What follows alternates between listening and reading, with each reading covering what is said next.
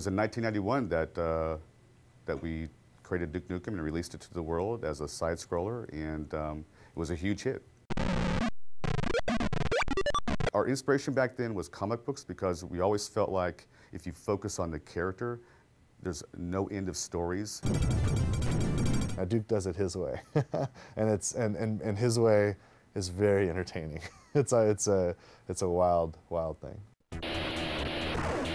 The original name for the game was actually called Heavy Metal, and the idea was to have sort of an anti-hero who was very much sort of a renegade in society, and sort of, you know, an ex-military guy who went rogue.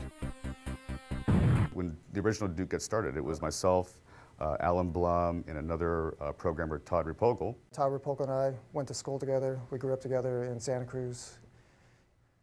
He started making side-scrollers and stuff, and while I was going to school at UCSC studying computer science, we were working on Duke Nukem 1 together. There's a guy I'd like to, you know, anytime I have an opportunity, I like to call him out. His name's Alan Blum. And Alan, he created Duke. He and Todd Repogel, back in 1991, 92, created the original 2D side-scrollers of Duke Nukem. And, you know, great fun games. And he's the one guy that from the very first moment of Duke existing, all the way through till today, has been involved in the Duke projects. It's very childish, so it doesn't take itself seriously, you know. It's, you know, instead of trying to fit a formula or trying to do certain things, it just does stuff you want to do.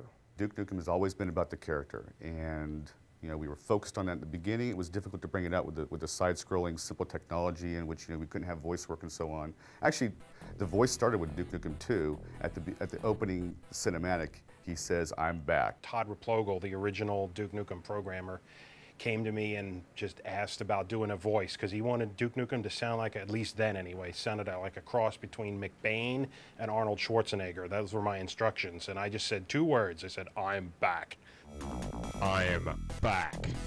The original Duke that Todd and I were working on didn't really work well, and when George joined the company, he actually spent several nights kind of redesigning, you know, and you know, back in those days, it's like, you know, it was EGA and very pixelated stuff, but he gave Duke his little smile and gave it the yellow haircut and everything, and kind of really made the character look the way he still looks today. What?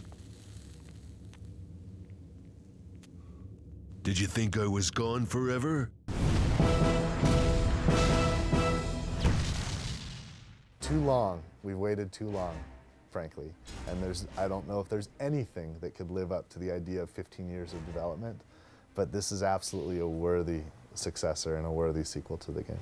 I think that this is what fans have wanted to come out, and it's finally come out. I can't be more excited. If you're a Duke fan, and especially you're one of the fans that hang out on the 3D Realms forums for all that time, refusing to give up, refusing to, you know, give in to the naysayers or whatnot, you're going to have a blast with this, because it is a hell of a lot of fun.